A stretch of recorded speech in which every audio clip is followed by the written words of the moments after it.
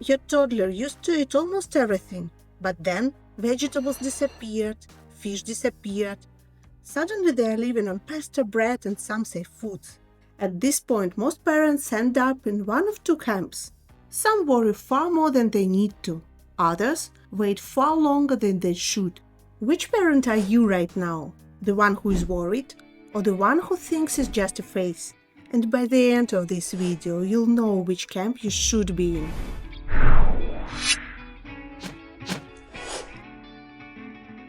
First, I want to take some unnecessary anxiety off parents' shoulders, because most behaviors that parents call picky eating are actually a normal stage of toddlers' development. Refusing foods they loved, wanting the same dinner every evening, becoming suspicious of mixed foods, eating almost nothing today and twice as much tomorrow.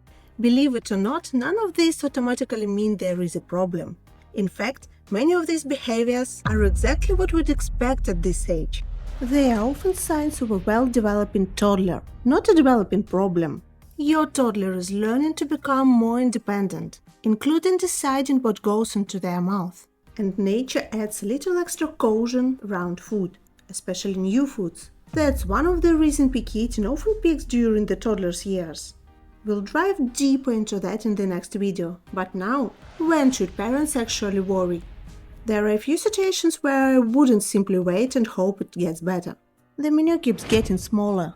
It's completely normal for toddlers to have favorite foods, but if your child's diet shrinks to fewer than about 20 foods and keeps shrinking, that's no longer typical picky eating. The risk of missing important nutrients starts to go up.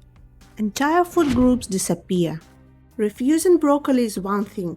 Refusing every vegetable, every meat, or every solid texture is something different. That's when it's worth asking why. Eating looks physically difficult.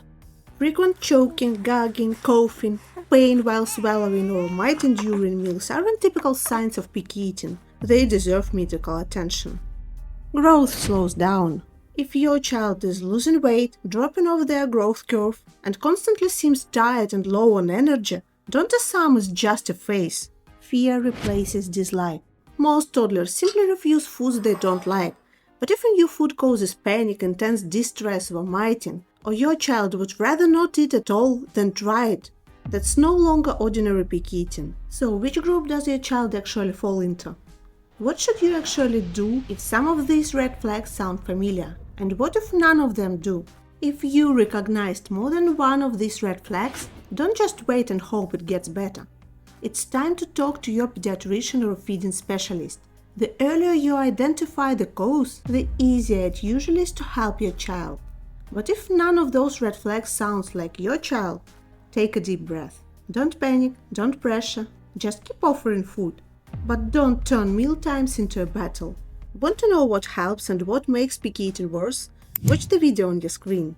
And if today's video reassured you, the next one will explain why toddlers go through this stage in the first place. Once you understand why toddlers do this, you will never look at the picky eating the same way again. See you there. Kids by Science, where proven wellness for kids meets real life.